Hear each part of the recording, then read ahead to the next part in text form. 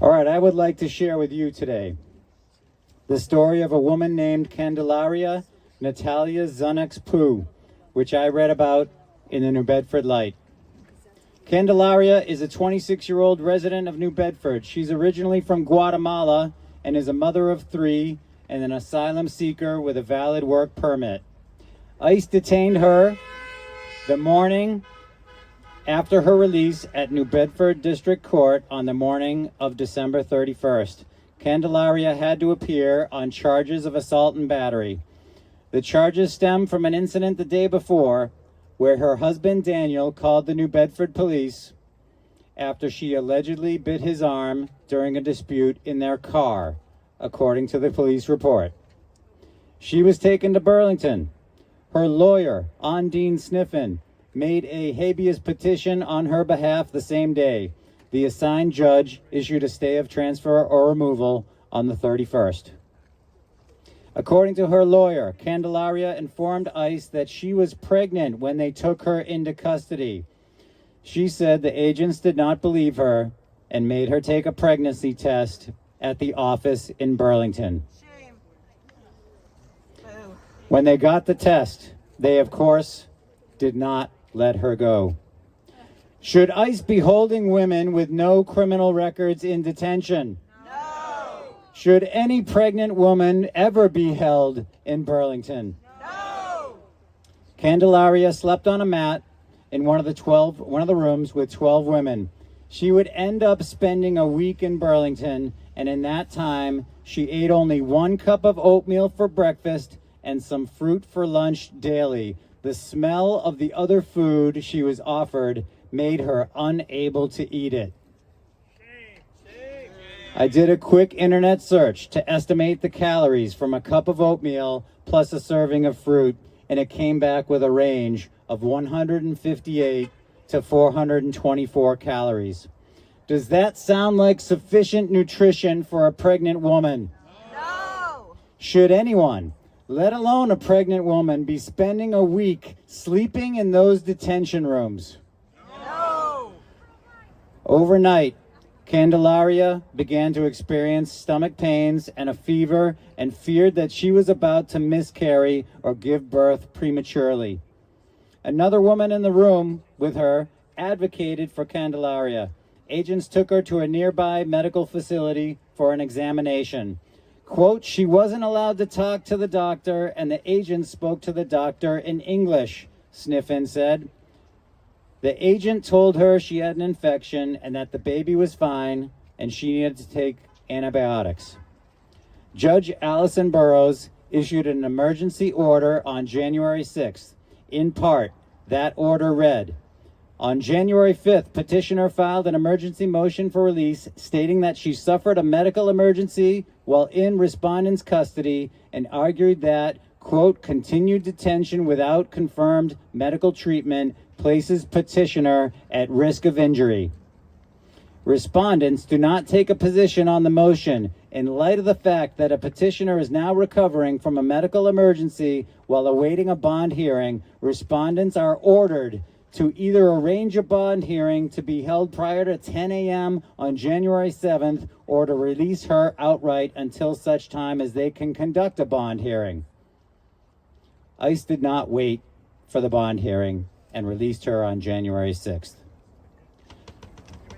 Quote, we are relieved that Candelaria was released, Sniffen told The Light in a statement. She never should have been detained in the first place. She has followed the rules and complied with all of her appointments with immigration court. It's a shame that Candelaria and her family will put through this week-long nightmare fearing for her well-being, Sniffen said. But as long as ICE keeps violating people's rights, we will keep fighting with the law on our side. Sniffen said she attempted to speak with Poo on multiple occasions during her 6 days in detention at the ICE field office in Burlington, but never could. She said they began to worry about the baby after Candelaria's father, a native Quiche speaker, told her in Spanish that he briefly spoke with his daughter and feared she had lost the baby while in custody. Sniffen said ICE told her when they released her that she had to remain at home, a statement Sniffen called a blatant lie. She added that her client is now scared to go seek medical attention, which Sniffen implored her to do. Quote, I told her, you bring me the paperwork that they gave you for your hearing tomorrow, and I will show you if it's not on paper, what came out of their mouth was garbage. They use words to scare people, but they're not willing to put it in writing because they know what they're saying is illegal. Should ICE be lying to people about the conditions of their release? No. Sniffen also said that her client and husband had recently reconciled after a brief separation and that Candelaria had acted in self-defense after her husband hit her. Candelaria's next immigration hearing on her asylum case is scheduled for 2027. Does 2027 sound like a reasonable court date? No. I just heard from an immigrant here for an appointment today that his next case is scheduled for 2028. Horrible. I remind you that the administration has fired over 100 immigration judges. We have lots of new money for things like new vehicles, like Nissan Armadas with the sticker still on them, but we don't have enough immigration judges. Boo. I spoke 4 weeks ago about the case of Tiago Bastos. You may recall he was picked up outside the Orleans courthouse after pleading not guilty to an OUI charge. I'm happy to report that Tiago was released on February 10th on a bond of $15,000. Tiago was taken from the courthouse on May 12th, 2025.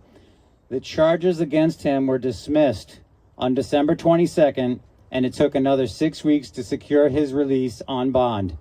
They dismissed his charges because ICE would not let him appear for his court hearings on the OUI charge, either in person or virtually. His total time in detention was 268 days. During that time, he saw his family just once when they drove to FCI Berlin in northern New Hampshire in November. There were several pictures in the latest article from the Provincetown Independent of Tiago, his 3 children, 2 girls and a boy, and his girlfriend, Utoria. They look like a typical American family to me.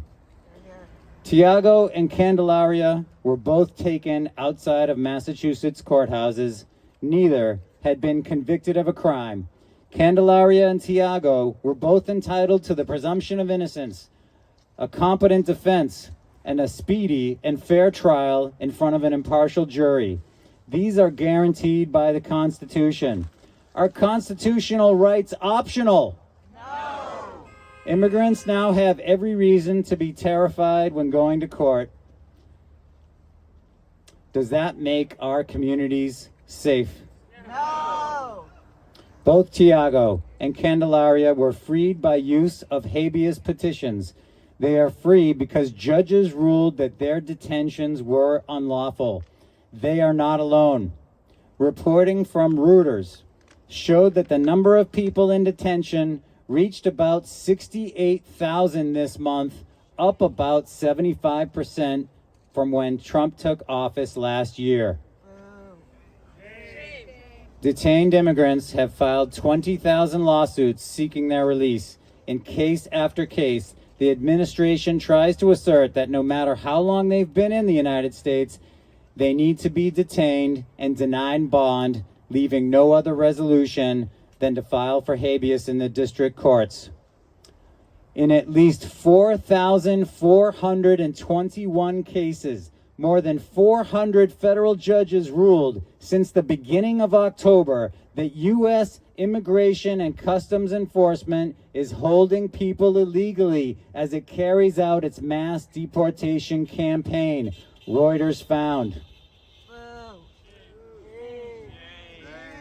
Within the span of a few days in January, lawyers filed habeas petitions for Liam Conejo, a 5-year-old Ecuadorian boy detained in the driveway of his Minnesota home, a Ukrainian man with a valid temporary humanitarian status who was detained on his way to work as a cable technician. A Salvadoran man married to a U.S. citizen and a father of a 3-year-old autistic child who is also a U.S. citizen. An Eritrean hospital worker with a refugee status who was arrested after letting agents into his apartment complex, and a Venezuelan man who was arrested after dropping off his daughter to school.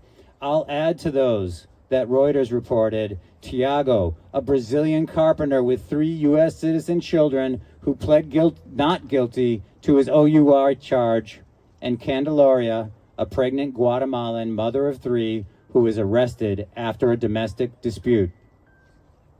Using court dockets, Reuters found more than 700 Department of Justice attorneys representing the government in immigration cases. Dockets of more than 1,000 habeas cases.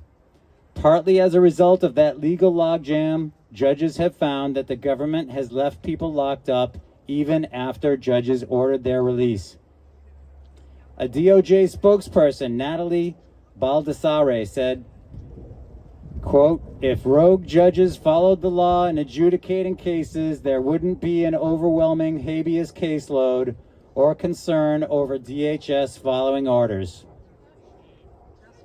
Yep, just 400 rogue judges, right? Appointed by Ronald Reagan and George W. Bush and Barack Obama and Donald J. Trump. Rogue judges. Unfortunately, many immigrants are not aware that they can file a habeas case, or they simply can't afford a lawyer to do it. There's a chart in the Reuters article showing the number of habeas cases per month for the last 15 years. Prior to 2025, the highest total appears to be less than 500 in a single month. The number for January 2026 is 6,000. There's a simple solution to all of this. They can stop holding people without criminal convictions. They are clearly not a danger to their community, and they have been here for years. They are clearly not a flight risk. If they want to deport them, the administration should give them a notice to appear in immigration court, and they should prove their case. Instead of hiring immigration lawyers, they are buying warehouses to convert into prisons. As always, I thank you for listening.